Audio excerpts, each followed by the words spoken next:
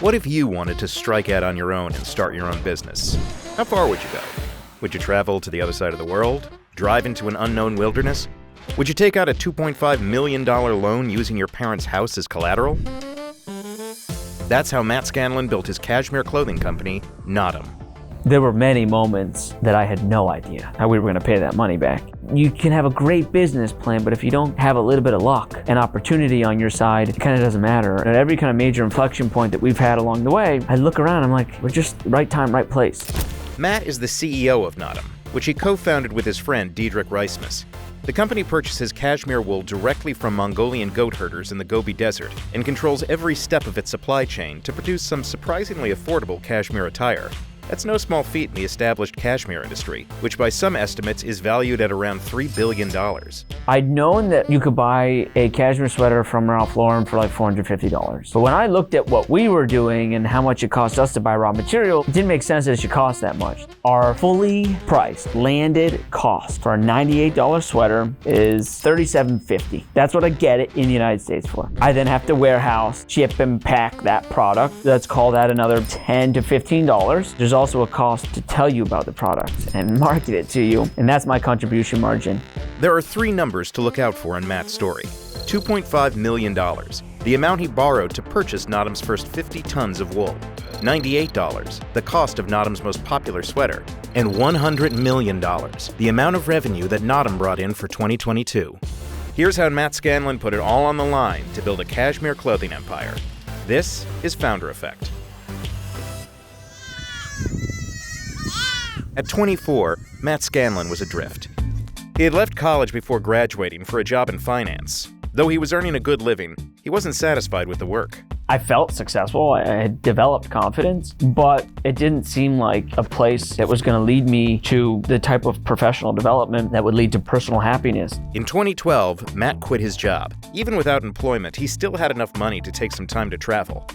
He got in touch with a college friend, Diederik, who at the time was living in China.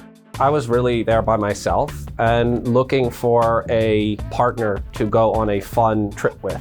Diederik is, clinically speaking, way smarter than I am and was fascinated with the economic development in Mongolia, and he kind of pointed us there. So we said, let's meet up there. That's where we'll start the trip. Their first night in Mongolia's capital, Ulaanbaatar, Matt and Diederik were invited on a trip into the countryside by a couple of locals at a bar. It turned out to be a 10-hour off-road drive into the Gobi. After they arrived, they found out their guides wouldn't be heading back to the capital for some time. Essentially, over the course of a conversation, it became clear that this was like an extended trip. Matt and Diederik stayed at a nomadic camp in the Gobi for 3 weeks. Their hosts were a family of goat herders who sold cashmere wool. We really got to appreciate the interaction and sort of the symbiosis between the livestock and the people and how dependent they are on each other and vice versa.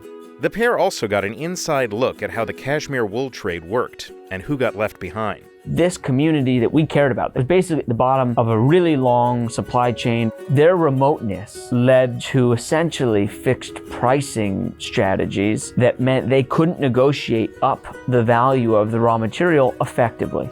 Matt says that many cashmere traders set a low price for what they're willing to pay for raw wool. Those individuals end up taking an outsized percentage of the value of the raw material, and then they just sell it to somebody else, who sells it to somebody else. That realization gave Matt and Diederik an idea. We said, well, we know these people, but more importantly, they know us, and if we show up and we buy the material from them directly, we could probably pay them a lot more. We kind of concluded that it was about $2.5 million. Matt and Diederik returned to New York and eventually found a private lender willing to give them the $2.5 million they needed as a collateralized loan. That collateral? Matt's parents' house. So the actual conversation itself wasn't that hard. It was, we believe in you. If this is what you believe in, we're going to support you. They haven't let me forget that. They did get paid back and they live in the same house.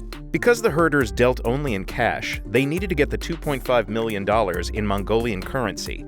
Matt transferred the money to a Mongolian bank. Showed up 6 months later, and I walked into that bank and I took out $2.5 million in cash.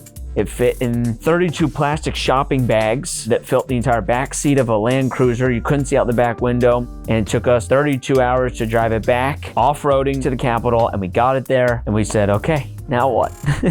It turned out that buying the wool was just the first step of a very long process. It's very difficult to get to Mongolia, and so getting the material out there is really complicated. To get their cashmere to go from this to this, Matt and Diederik had to take the raw wool to a processing center in Beijing, where it was cleaned and dehaired.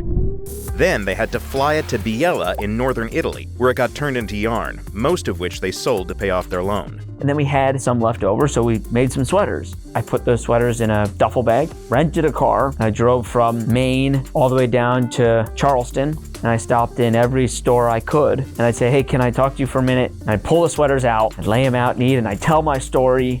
We had 50 orders, each one like $1,000. And I learned how to perfect my story, and I didn't realize at the time that I'd be doing that for the rest of my life. Oh, that does look good. Wait, no, hold on. Don't wear it like that. That's better. Matt and Diederik used the money from the sweater sales to start an e-commerce business called Naadam. Naadam is a Mongolian word. It's the name of a festival in Mongolia where they have a week or two worth of games that are really traditional to the culture of Mongolia. Wrestling, archery, horseback riding, horse racing, etc. It was clear to us that we wanted to do something that we felt celebrated the people that made what we were going to do possible. When they first started, Matt and Diederik ran the business out of an apartment they shared, taking $0 salaries for Naadam's first 2 years. We lived off of some of the savings we'd had, and actually the first shipment we shipped out of that apartment, and we had boxes stacked to the ceilings, and we had a small pathway going through this small 1,000 square foot apartment. We poured all the sweaters onto the floor, and we would rummage through, we'd fold it, put this packing slip, pack it up, and we packed 1,000 boxes. It took us a week, just the two of us, worked from 6 a.m. to midnight. In the meantime, Matt started looking for investors. Over Naadam's first 5 years, he was able to raise more than $15 million in seed funding and venture capital. As of today, that number has grown to over $50 million. We used that capital to build our website, to make those deposits on inventory, to set up a warehouse. It also gave them the money to create a video about their company. This is Mongolia, and we are Naadam. That video racked up over 35 million views. I think that video defined Naadam's success for a long time. And to be very candid with you, it probably is still the best advertisement we have for who we are and what we're about. Naadam's other key selling point is its affordability. Its biggest selling item is also one of its least expensive. The most popular product by far for Naadam is the original cashmere sweater. $98, 100% cashmere. We do a crew neck and a V-neck, men and women's. Despite the low price tag, Matt says they still pay herders in Mongolia about double what a cashmere trader pays. If a kilo of cashmere costs, let's call it $30, we are coming in and we're buying it for closer to $60, but then we aren't reselling it. We do that whole process on our own, or we do it in collaboration with the manufacturer that we're going to end up making the end product with. That is really the value that we're transferring to the customer. Because we have that access and transparency, we can make them and sell them a better product. Naadam says that its sales grew over 100% between 2016 and 2020. 2022 was its highest sales year ever. Naadam sales in 2022 were over $100 million. The company declined to share sales figures for 2023, saying it can't disclose any numbers until the end of its financial year. Not all of Naadam's items are under $100. Its most expensive item, a cashmere coat, sells for about $700. But that's still relatively affordable in a marketplace where a cashmere sweater can run upwards of $1,000. If I made you something that was terrible and you go, oh, I hate this thing, I'm never gonna buy from this brand again, then all that work, you've heard the whole story from being in Mongolia to getting you that product is for nothing. So I need to make sure that that product is amazing. And you get it and you go, I'm gonna tell everyone I know about this, and I want 10 more of these, and I want every single color. And that's how we make money. Not everything has worked out the way Matt wanted it to. A 2023 attempt to roll up Naadam with 2 other direct-to-consumer brands, Something Navy and Thakun, failed after the costs became prohibitive. I believe that we would be stronger together in this industry. And I came to the conclusion that with the way the world looks today, where interest rates are, the capital requirements that are needed to build something like that are challenged. Matt says the experience has refocused him on Naadam's profitability. Anything that is worth doing takes time. especially in the brand world, where you have to cultivate your brand identity. You need to know who you are and how you tell people who you are. Being an entrepreneur is the most humbling experience you can possibly have. Most of the time, it's a roller coaster and it kicks your butt, but when it goes well, it's also the most exciting and incredible journey you'll be on. But we wouldn't be able to do it without all the people that have supported us and helped us along the way, and we're incredibly grateful for that.